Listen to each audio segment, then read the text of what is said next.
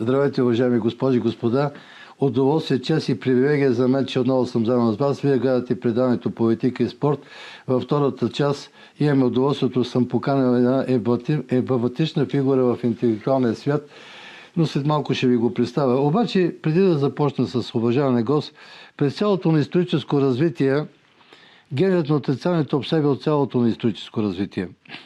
Ние сме тежко разделен народ, една общност мрази друга общност, а само един обединен народ може да срине всяка една система. И затова се връща малко назад, аз така си помислих малко към България. В момента е тръгнала една гигантска лавина. Сейчас ще видите лавината. И обръщам се към вас, към българите. Ако сте страхливи, ще избягате от лавината и ще останете зад нея и ще отсевете. Но искам да ви попитам, като минете след лавината, всичко ще бъде опустошено и вие няма да имате там защо да живеете на това место. Ако сте в апатия, нямате кауза и сте страхливи, лавината ще ви помете. Ако сте смел, имате кауза и сте борбен, ще застанете пред лавината и ще се опитате да я спрете, но няма да можете сам. И за това ви трябва екип, който заедно са мишленици, които заедно имате кауза, имате намерение да направите добро за България и затова ще застанете заедно всичките пред лавината и ще успеете да помете България. Уважаеми госпожи и господа, и затова съм поканил един гост, който е представител на мисия 100, която е една мисия, която съединява гражданското общество, експерти и прави обединение на българския народ. Затова да ви го представя моя уважаван гост, господин Радославов. Добре дошъл, господин Радославов. Аз ще ви помоля, понеже моите уважения към вас, вие сам да се представите, защото имате и богати минало и сте емблема в българската среда. Не знам доколко съм емблема, но това, което мога да кажа за себе си, завършил съм 2 висши образования. Първото образование е богословие, второто образование е Public Relations и маркетинг. Имам опити в работа в държавна администрация, макар и много кратък, но повече от 25 години се занимавам всъщност с частен бизнес и то в сферата на маркетинга и то по-скоро в сферата на социалните услуги и на здравеопазването, съответно на фармацевтичния бизнес. Ако мога, тъй като започнахте за мисия 100, днес съм при вас в ролята си на един от лидерите на мисия 100, но не случайно казвам един от лидерите, защото мисия 100 беше създадена на 15 август 2024 година. Това е Успение Богородично. Един от най-емблематичните християнски празници. Случайно, не случайно, но е факт, че тогава е създадена мисия 100.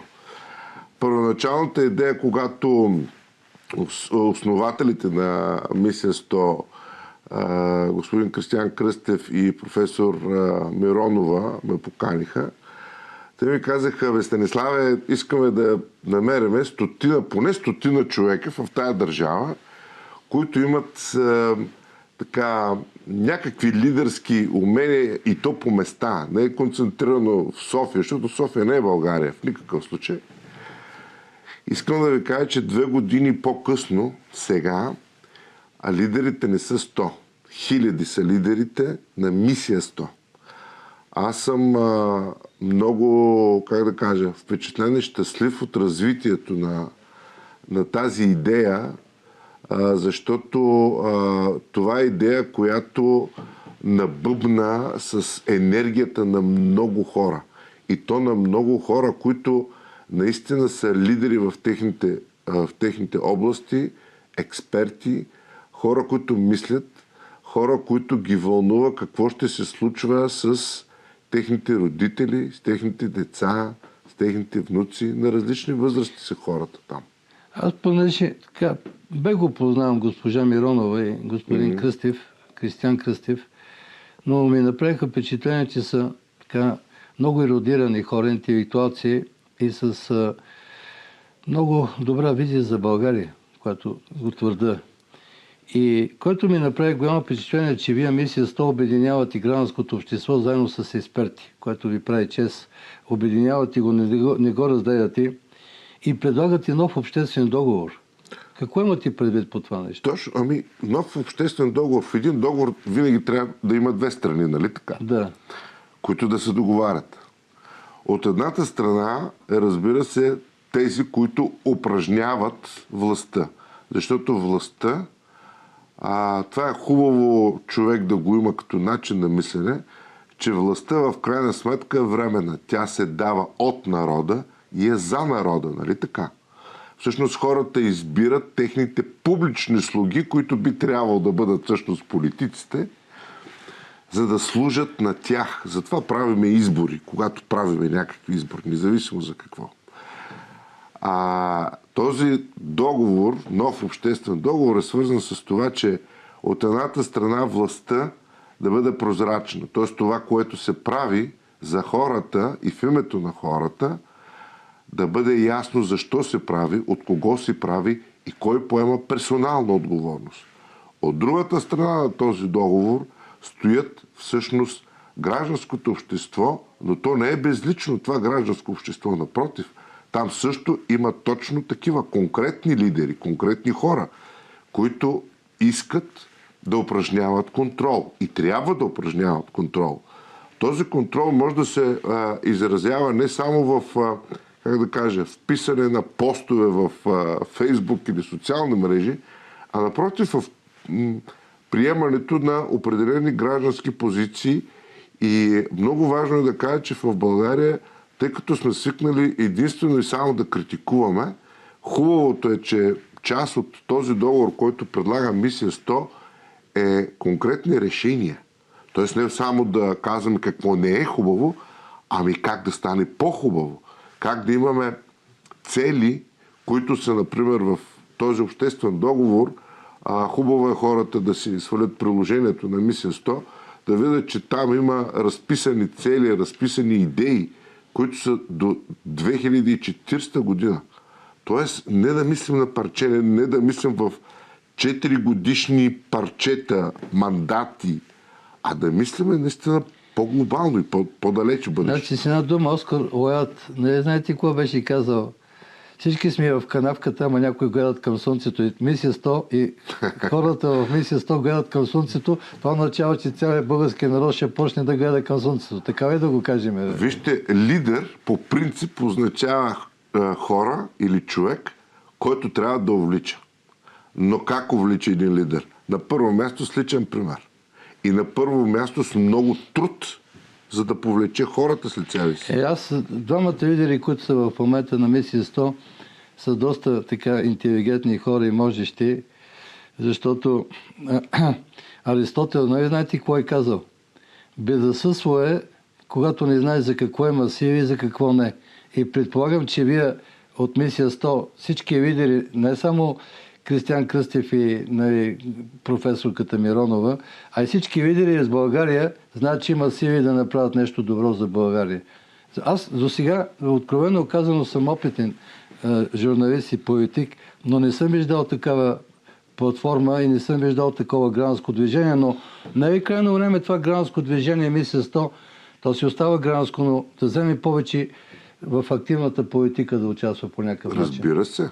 Разбира се, това е начина. Аз не случайно говорихме за този обществен договор, нов обществен договор, то това е един от начините, по които трябва да се влияе за бъдещето на тая държава. Нормално да бъде така. Без да има, без да има изкуствено създадени структури, мисия 100, тя е с мрежова структура, в където няма пирамидални ръководители, организации по места и така нататък. Но важното е, че енергията на тези хора в мисия 100, в крайна сметка, разбира се, че трябва да бъде имплементирана, да бъде включвана в смислени дейности и то, защо не и политически, разбира се. Защо не? Това ме вълнува много мисълта. Гражданското движение спокойно може да участва неформално в политиката. Аз така ги виждам нещата, защото тези лидери, като те по места, те са експерти, те са интелектуалци, те са от различни бранш хора, нали? Те могат да бъдат полезни в политиката на България.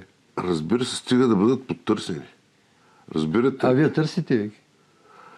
Кого да търсиме? Нас трябва да ни потърсят. Напротив, стига тези хора, които са експерти, които са лидери, да бъдат потърсени.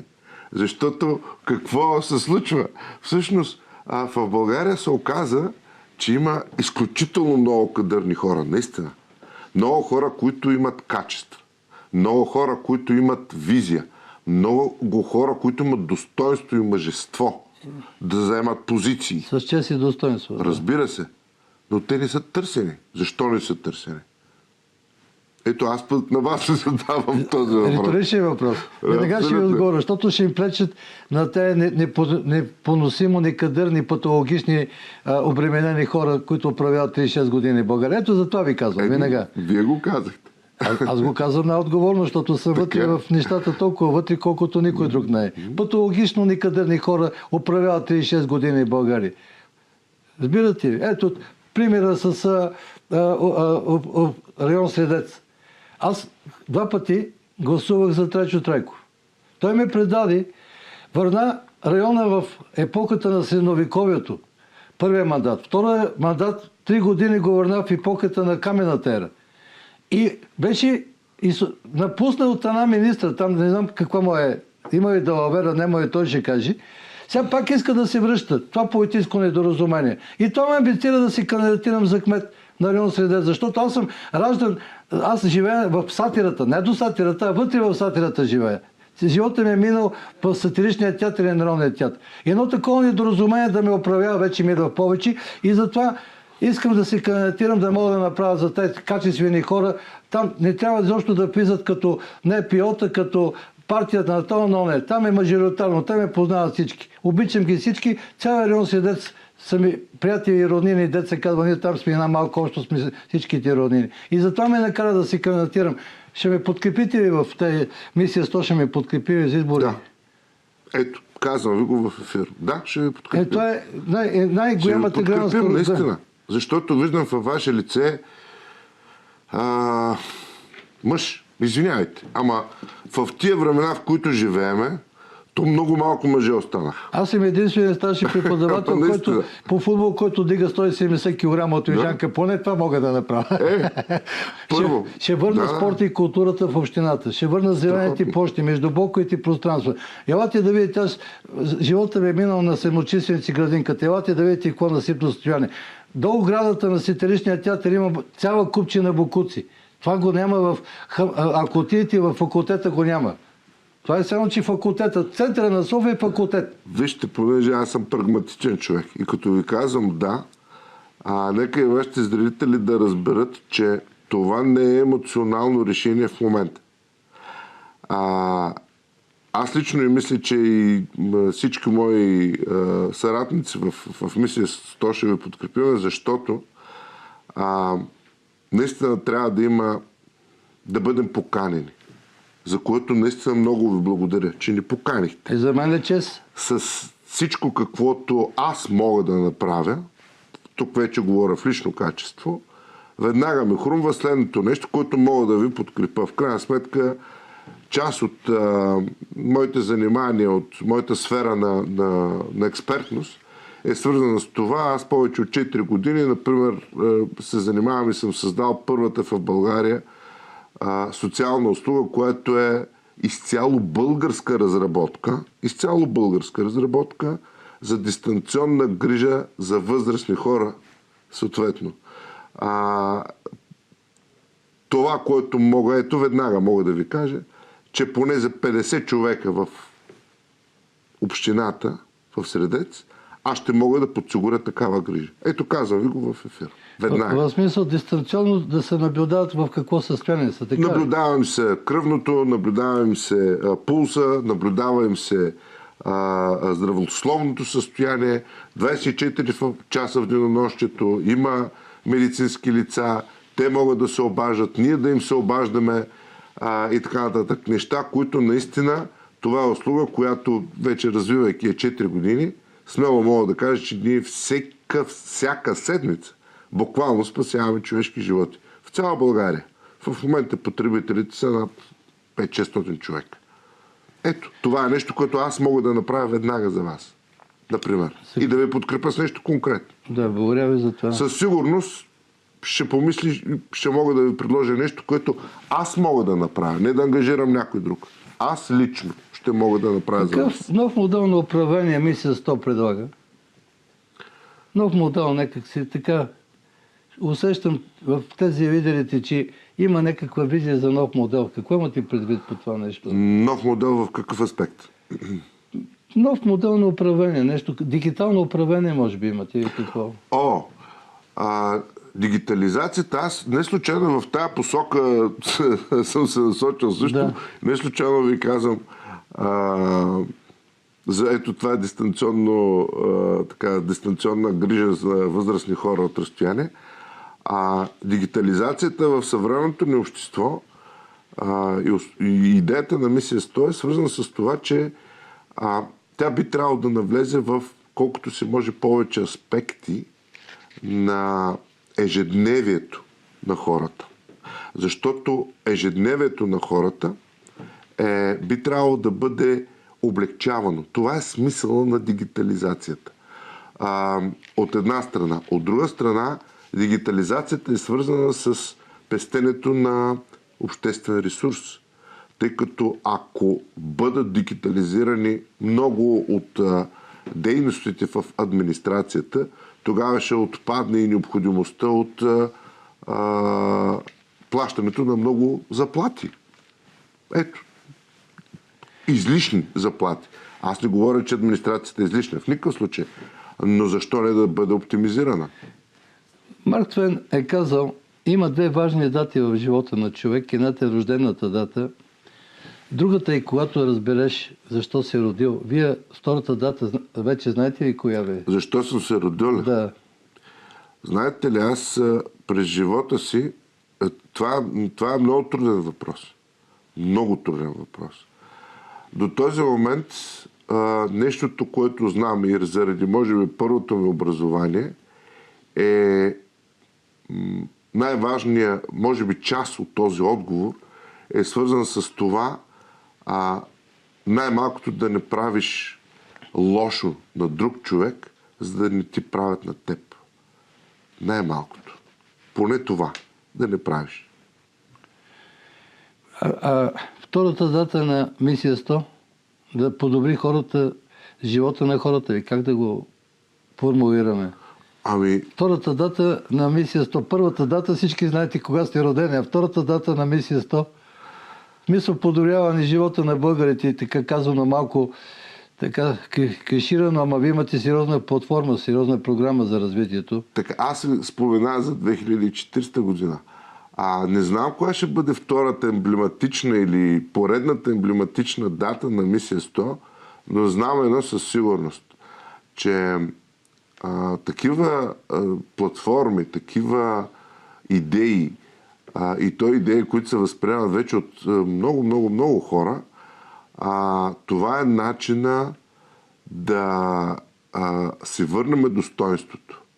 Разбирате ли, за мен, нещо, което е много важно в тази държава, за хората в тази държава, е да имаме достоинство, да имаме неща като чест, неща като дума, неща като дадено обещание, наистина да се случват.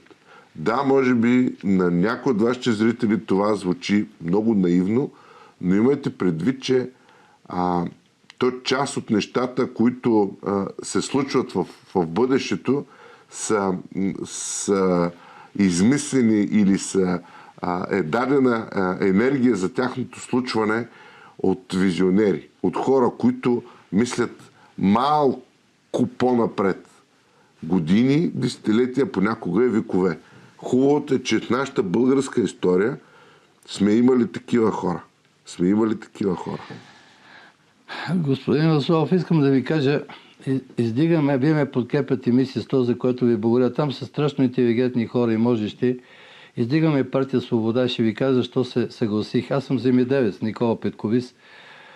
Тя е партия на свободните хора. Свободата е най-великото творение на духа.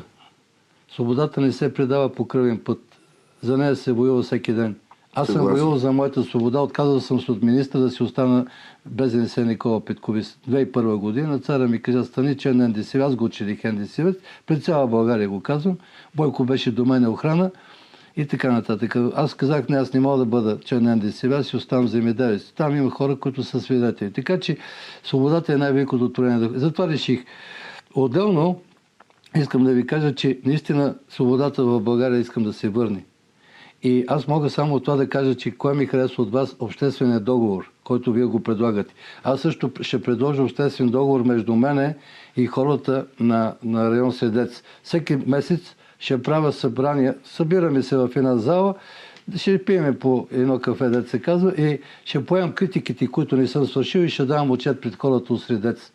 Нов обществен договор, който никой не го е приел. Всеки месец в залата, който иска да заповяда, и ако трябва като Исус Христос да ме разпъват, не се плаша за това нещо. И другото, което искам да ви кажа, че там в общината работят много достойни хора и никой няма да закачам. Така си остане цял екип. Така е редно, в интерес. Така е редното, да. И си остава цял екип, си остане да си работят хората. Само че ще направя едно, всички ще станем едно семейство в една обща кауза. И ще живея с проблемите на всички, които там работят в тази община. Знаете ли какво ме хрумва? Още нещо, което ето пак поемам сега ангажимент към вас. Имам възможност, тъй като така, контакти имам доста в юридическите среди. Аз поемам ангажимент, примерно, да ви подпомогна с организирането поне 2 пъти в месеца, да има консултации за жителите в район Средец, за тези от тях, които имат изпълнителни дела към топлофикация, електроразпределение и Софийска вода. За да може да им се помогне на хората как да се оправят в тази ситуация. Вие в моя екип ще влезете ли, ако вземем властта в район Средец? Защото достоен човек като вас ще бъде за мен чест. За мен ще бъде чест. Да, казвам. Да приключим с тази песен. Искам с това там да поздравя цялата мисия 100. Двамата лидери, госпожа Миронова и господин Кръстев, достойни хора, да са живи и здрави, а и всички лидери и страната, и всички симпатизанти на мисия 100. Вие първо ще бъдете емблемата на България. Това ви го гарантирам, защото няма такава платформа и няма такава гражданска организация като вашата. Аз го вярвам. Уважаеми зрители, накрая да поздравя невероятния екип. Невероятен екип: Тони, Стойка, Ирена, този красавец тук, Миро. Невероятен екип. Няма друга телевизия с такива достойни хора. Аз още един път им се покланям. Благодаря ви. Вие, уважаеми зрители, да сте живи и здрави, много се обичате. Много здраве, много щастие. Бог да ви благослови.